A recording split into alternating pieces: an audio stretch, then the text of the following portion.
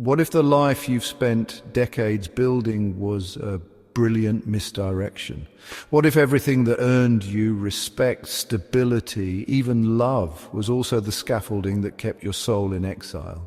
Most people don't fall apart because they've failed. They fall apart because they succeeded at something that never belonged to them. And now, quietly, invisibly, that success has started to rot. You wake up on a weekday, maybe 6:17 a.m. The light through the blinds is soft. Your phone glows with calendar reminders. The smell of coffee drifts from the kitchen. Nothing is wrong. But inside, there's a dull vibration, like a basement pipe humming just beneath the floorboards of your awareness. You dismiss it. You've got meetings, groceries, deadlines, but it follows you. It hums under your small talk, inside your inbox, behind the smiles of people who still think you're doing fine. You try to push through, but eventually it speaks. Whose life is this? Carl Jung once said, "Life really begins at 40. Until then, you are just doing research, but research into what? How to edit yourself, how to silence the wild, how to become who you were expected to be." Because here's the truth we're never taught to say aloud. Midlife doesn't begin with a birthday. It begins with a betrayal. The betrayal of your own aliveness in exchange for being acceptable. That's what starts to crack now. Not your body, not your marriage, not your sanity, your illusion. And regret begins to whisper, not to scold you, but to point. Not to shame you, but to remind you of what you used to know, of what you still long for, of the version of you that wandered off when you were too busy trying to be impressive. You may remember it through a dream, or a line of music, or a flash of jealousy when you see someone doing something that once lived in your own bones. Or maybe, like a man I once met, you'll feel it during something as ordinary as changing a light bulb. He was 46, a successful architect, 2 kids, 1 golden retriever, 1 very good, very quiet life. He reached up, twisted the bulb into place, and started sobbing uncontrollably in the hallway. Why? Because it hit him. He hadn't wanted to be an architect since he was 29, but he never stopped. He just got rewarded for continuing. And now, at 46, the light went on, and so did the truth. The moment of recognition won't always be poetic. Sometimes it arrives while you're brushing your teeth, sometimes while driving through a familiar intersection, sometimes mid-laughter at a dinner party, when you suddenly realize you're performing joy you no longer feel. This isn't dysfunction, it's disruption. The soul's final attempt to get your attention. You don't need to know what's next. You just need to stop pretending that this is it. And here's the paradox that splits you in two. The life you want will cost you the life you have. Most people stop here. They feel the ache. Then they anesthetize it with projects, with wine, with new goals, with quiet panic. But a rare few decide to listen, to sit with the ache, to ask the question, and to face what happens when they answer it honestly. This is the edge of the forest, the gate of the myth, the real beginning.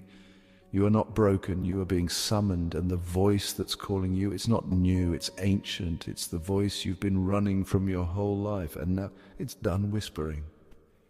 It's done.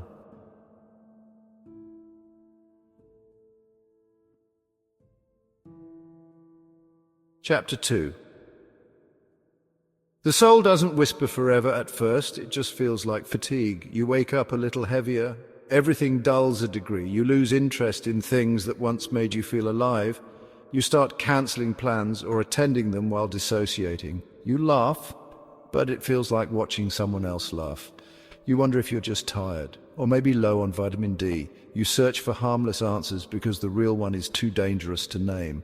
But the truth never waits forever. When the soul is ignored for too long, it begins to sabotage your life, not out of malice, but mercy, because it would rather you break down than keep living asleep.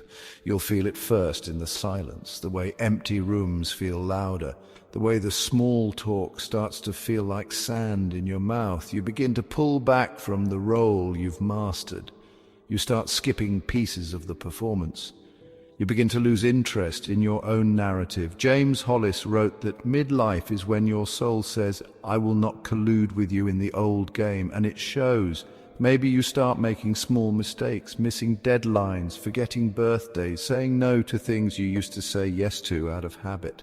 Maybe it's not mistakes, maybe it's dreams, strange ones, recurring ones, of tunnels, of drowning, of losing your voice, dreams that aren't random, they're ritual. The psyche sending smoke signals through your sleep. Marion Woodman once described this stage as psychic labor. You're not losing your mind, you're giving birth to it. And like any labor, it comes with pain. You feel raw, strange, emotional in places you thought were numb.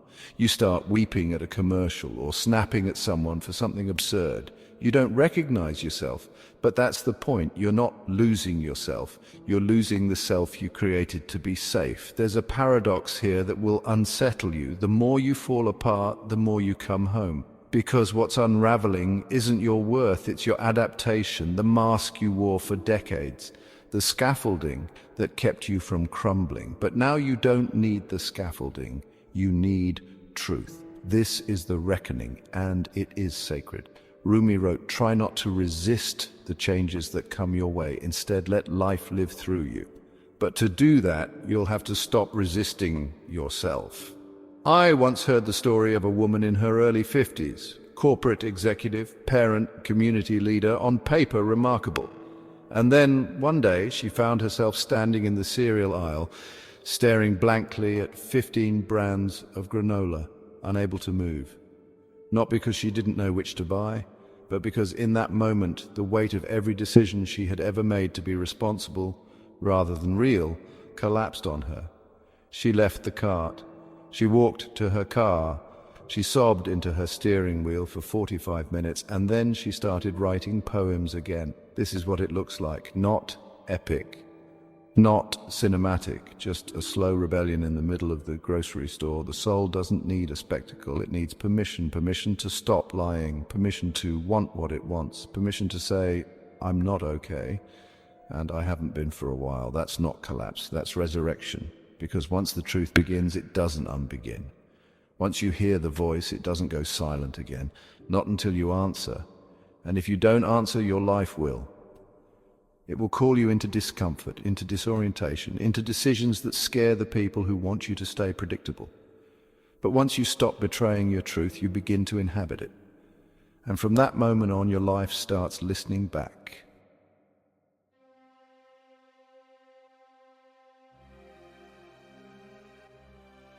Chapter 3. Descent, where the truth breaks you open.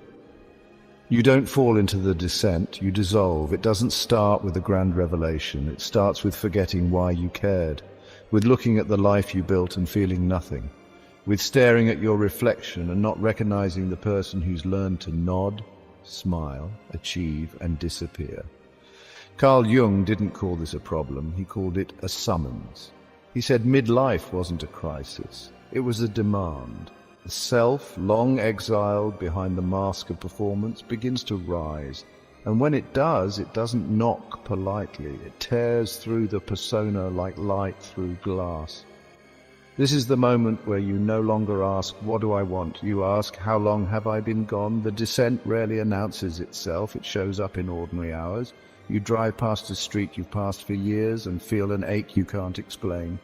You forget birthdays, you zone out in meetings, you sit in your car after errands, not wanting to go inside, but not knowing why. The truth is coming, but it arrives disguised as grief. You are not just grieving what happened, you're grieving what didn't. The book you never wrote.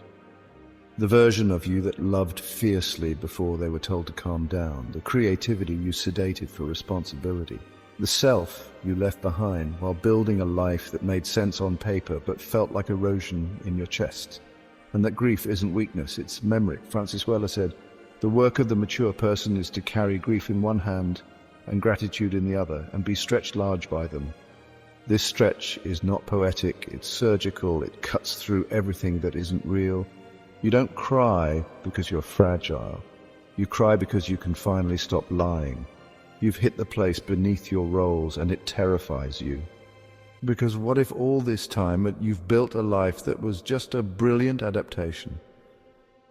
A woman I once met had the life many dream of. A husband who adored her. a career she was respected in, 2 grown children who still called every Sunday. She was 58 when it hit. She was slicing vegetables at the kitchen counter when she heard the line in her head, "I am disappearing in a life I chose." That was it. No explosion, no scandal, just unbearable truth. Within a year, she'd left her job, sold her house, and moved to a seaside village where she painted in the mornings and taught art to teenagers at night. When asked what changed, she said, "I didn't want to be admired anymore. I wanted to be whole. This is the descent. It strips the titles, it strips the narratives, it strips the part of you that was more invested in looking good than being free, and it offers you one terrible, beautiful gift, the chance to begin again. Not by becoming someone else, but by reclaiming who you were before the world told you who to be. And yes, it hurts.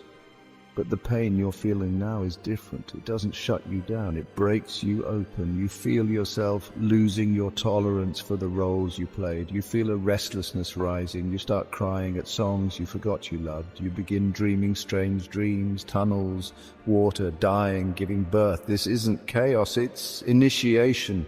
You are descending not into darkness, but into truth, into the soul's memory of who you are. You are not broken. You are just, finally, too awake to continue sleepwalking. And no, the people around you might not understand, but that's not your burden. Your burden now is to become real.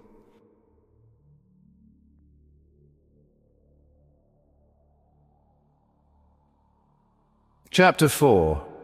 When the fire becomes you, there is a moment when confusion ends. Not because answers appear, but because pretending is no longer possible. Your life is still here.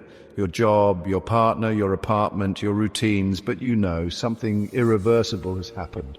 Your soul has stopped asking, and now it demands. It doesn't care about the timeline or the plans or the reputation you've polished like armor. It doesn't care about comfort. It only cares about truth.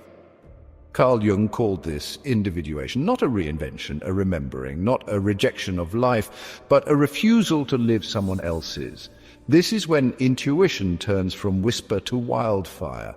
You wake up one day and the words you've been afraid to say finally leave your mouth. "I don't want this anymore."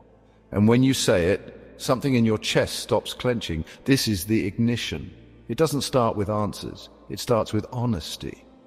There was a man I read about, mid-50s, 3 decades in finance, multiple properties, a family portrait that looked like a Christmas commercial, and yet every morning he'd sit in his Tesla, staring at the parking garage, unable to go in. One day he didn't. He drove to a town he hadn't been to in 20 years. He checked into a motel. He stayed there for 6 weeks, wrote every day, cried most nights, didn't tell anyone. Now he teaches creative writing at a community college, rents a small house, doesn't miss the life he left. When someone asked if he ever felt guilty, he said, "Only when I forget how dead I used to feel. This is the fire. It looks like collapse from the outside. But inside, it's the first inhale after years underwater.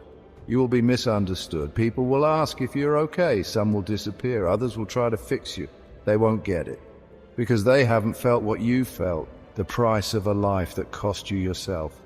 Let them misunderstand. You don't owe anyone an explanation for becoming free. Let your intuition become the authority now. Let it torch what isn't yours. Let it burn the old maps. And in the ashes, don't rush. Sit there. Let the silence speak. This is where you'll find the thread, not to rebuild your old life, but to begin your real one. John O'Donoghue once said, "When the soul awakens, it no longer wants to walk the path others laid before it. You're not here to repackage your pain. You're here to walk into the fire and come out lit. And no, you don't need a vision board or a 5-year plan. You need a mirror. You need a silence long enough to hear yourself. You need to feel what you've been avoiding. And then, when it's time, you'll move. Not because you're ready, but because there is finally nothing left to betray."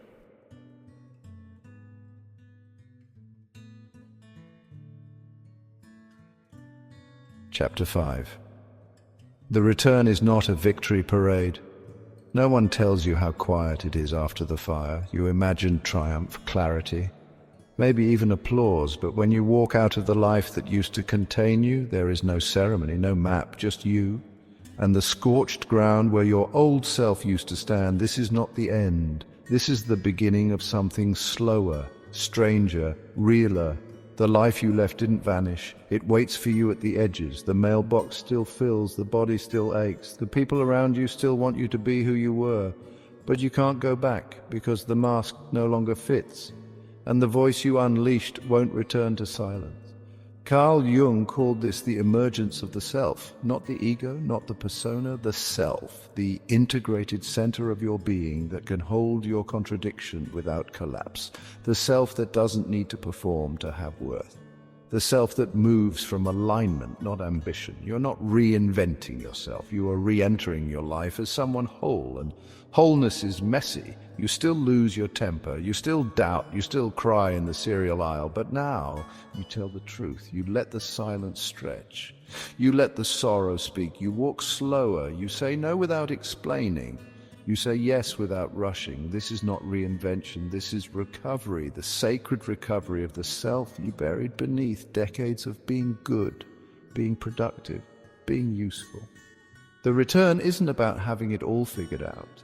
It's about finally being able to sit with what's unresolved and not panic, to let your life be a question without demanding an answer. And paradoxically, this is when your life becomes a gift, not just to you, but to others, because when someone stops performing, it gives others permission to do the same.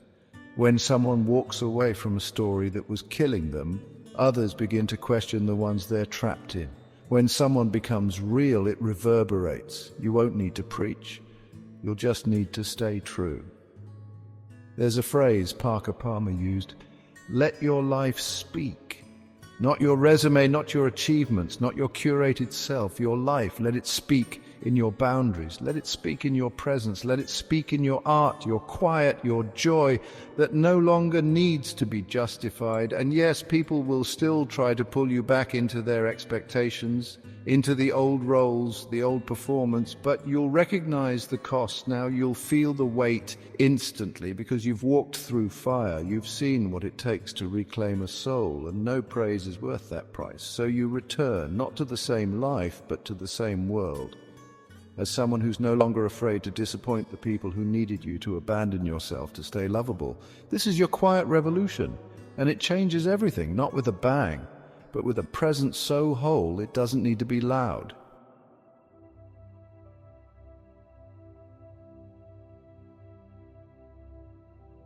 Chapter 6. The second life you were always meant to live. There is a moment when you realize you're not waiting anymore, not for permission, not for signs, not for the right time. You're not asking the world to validate your voice. You're not trying to earn your belonging. You're not holding your breath, hoping someone will see you, because you've seen yourself. And once that happens, once the truth of who you are burns bright enough to be felt in your bones, you stop negotiating with life. You begin living it, not perfectly, but honestly. This is the second life, the one that starts after the illusion dies, the one that begins when you finally stop apologizing for existing outside the script. You no longer confuse safety with aliveness. You no longer chase clarity to avoid courage. You no longer abandon yourself in the name of keeping the peace. The first life was about performance. This one is about presence. The first one was about building something impressive. This one is about becoming someone free. And no, it doesn't mean your life becomes easy. It means it becomes yours. Yours in grief, yours in grace, yours in mess, yours in truth. You begin to follow strange impulses, quiet ones. You make decisions that make no sense to anyone but your soul. You walk away from what is almost right, almost enough. You choose what stirs you, even if it scares you. This is what it means to trust your intuition.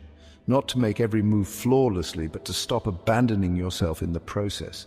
John O'Donohue wrote, "Awaken your spirit to adventure. Hold nothing back. Learn to find ease in risk."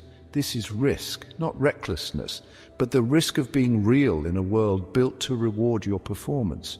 You now belong to something deeper, to the quiet knowing inside you, to the path that isn't linear, to the love that doesn't require you to shrink.